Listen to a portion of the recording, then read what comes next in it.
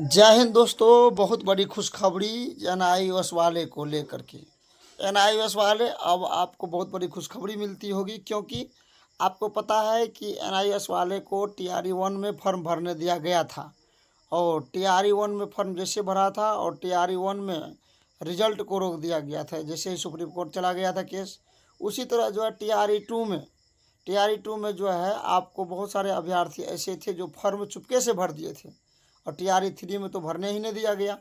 और वो जो 2200 विद्यार्थी के अंतर्गत जो है, जिसमें से 2200 विद्यार्थी लगभग क्वालिफाई थे, तो 2200 विद्यार्थी जो क्वालिफाई थे, कट ऑफ पार थे, तो उसका जो अब रिजल्ट देने की बात चर्चाएँ चल रही है।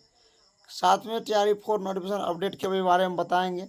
तो अगर यदि इस चैनल पर आप नए हैं तो चैनल को सब्सक्राइब कर ले। चलिए आगे देखते हैं वीडियो को कि क्या सब कहा जा रहा है। तो सबसे पहले देखिए, आज का बहुत बड़ा अपडेट है, जो यहाँ पे पूरी साफ सुथरा लिखा गया है। 18 माह का डीएलएड करने वाले टीआरई 2 के 22 अभ्यर्थी बनेंगे अध्यापक।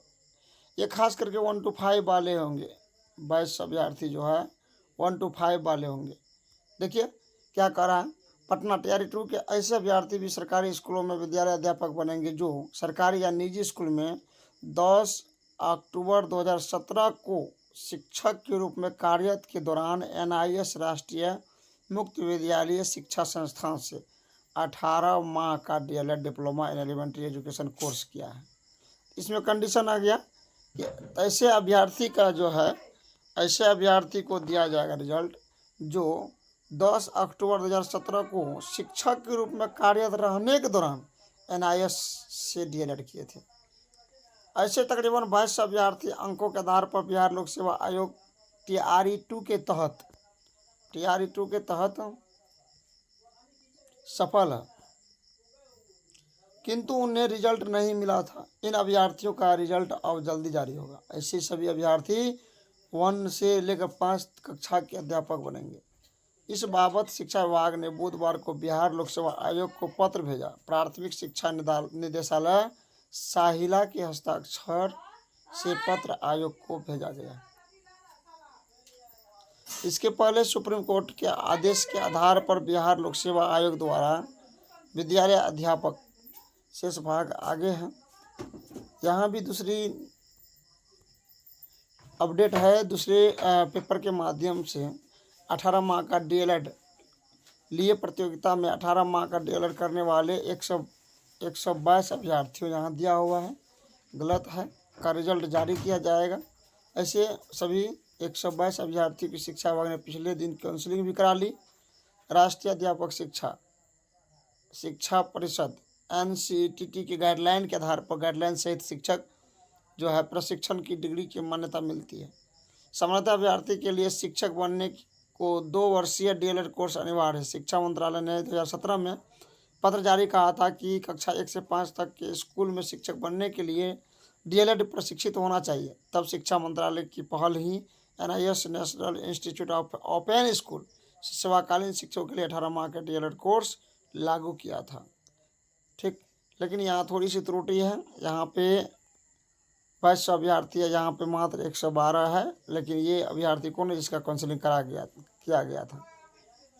यहाँ भी देख सकते हैं वो 122 अभ्यर्थी जिसका काउंसलिंग हो गया तो वो था, लेकिन 18 माह के डीएलएड हिंदुस्तान न्यूज़ में भी आए हैं, बन सकेंगे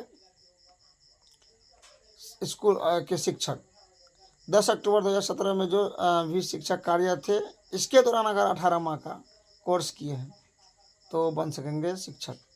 टीआरई में सेवाकालीन 22 अभ्यर्थियों का रिजल्ट जारी होगा। वही बात, कुछ घुरा फिरा के नहीं कहने वाले, लेकिन सबसे बड़ी मुद्दा टीआरई 4 की है। अब टीआरई 4 का सबसे बड़ा मुद्दा है, टीआरई 4 को लेकर के बहुत बड़ा कन्फ्यूजन है कि कब नोटिफिकेशन आएंगे।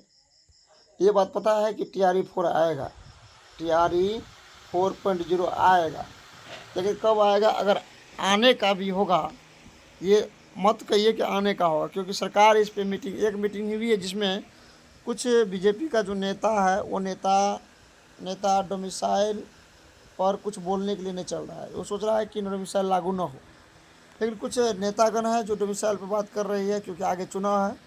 तो चुनाव में एक मीटिंग हुई है, लेकिन दूसरा मीटिंग होना बाकी है।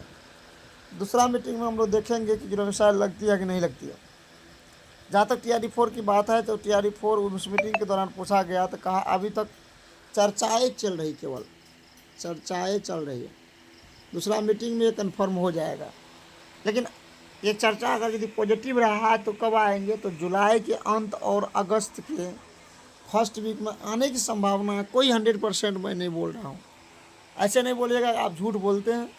100% नहीं, आने की संभावना है, क्योंकि जितने भी शिक्षक बहुत बड़े बड़े चैनल वाले थे, बहुत बड़े बड़े यूट्यूबर वाले थे, वो सारे के सारे न्यूज़ फेल कर दिया। क्योंकि वो भी न्यूज़ कहाँ से आते हैं, जो पेपर में है वही बताते हैं, या कोई न्यूज़ आते हैं वही बताते हैं।